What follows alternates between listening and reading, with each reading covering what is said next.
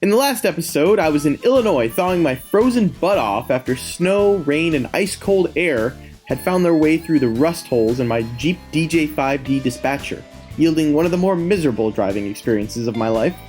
I complained about how my fuel tank only takes roughly 8 gallons of gas and how that basically limits me to 2 hours or 100 miles of driving. So yeah, driving the Postal Jeep has been challenging, but the next leg, which ultimately took me to Kansas, was a true joy.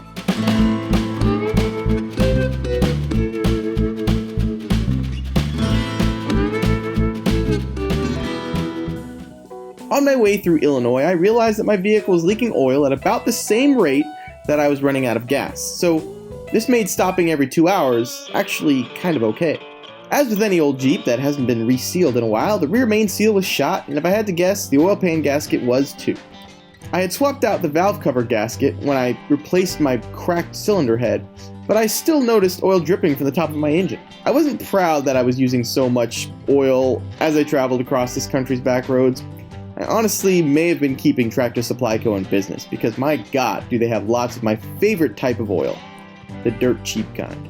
The drive through Illinois was lovely. The sun was out, the temperature was basically perfect, and the countryside was just gorgeous. My brother Mike and I spotted some bald eagles, and we captured this shot that I'm convinced was a sign from the great mailbox in the sky.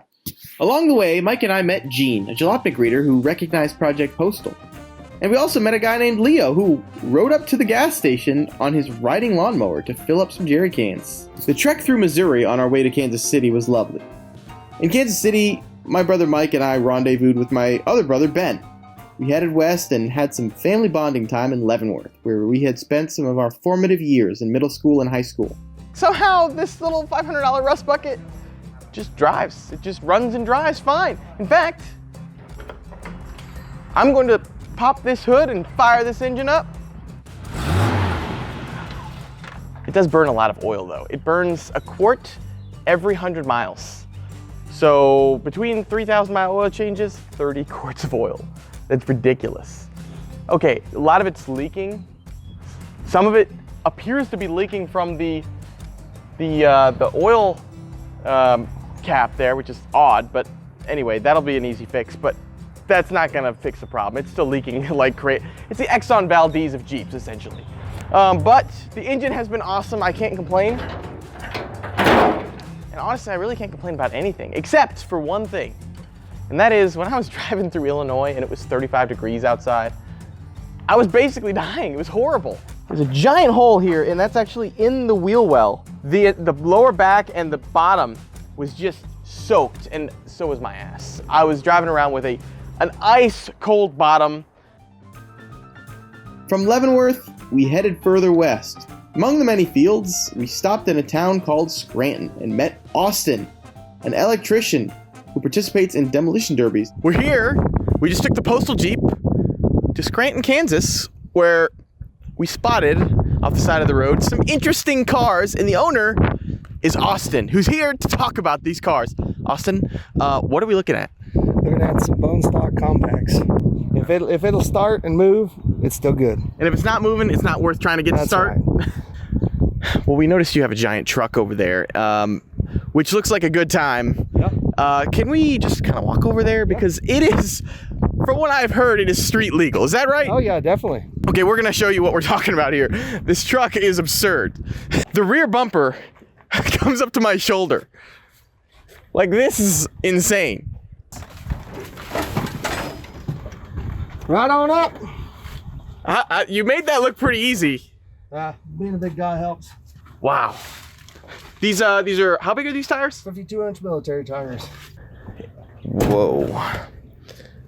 And so I see some blocks, I see some extremely arched leaf springs, I see some control arms, which you normally don't see with leaf springs. Is this all custom? Most of it is, besides these. These are pretty much a bolt-on. Okay, so you mentioned that you have your own demolition derby car under this tarp. Yep. Would you mind giving us a peek at that thing? She's kind of in shambles right now, but... Oh, I mean, I would have guessed it was pretty close to mint condition. This is different from those because this is a body-on-frame, full-size car where those are compact little unibody Cavaliers. Yep. And this is a limited weld, so you're allowed plates on the frame. So you just build a huge, just a huge steel, basically cage around yourself. Definitely, right? and they get a lot more extreme than this. This is kind of your run-of-the-mill. The guy with a welder built one of these, so with a welder and metal, you can fix anything. With welder and metal, you can fix anything. It is true. Austin, thank you very much for showing us. Yeah. It took me 2 days to get from a cheap motel in McLean, Illinois to another cheap motel in Newton, Kansas. All right, morning fluid check. How we doing? Right below the full line. May as well drop a couple of drops in there. Should check the coolant while I'm at it.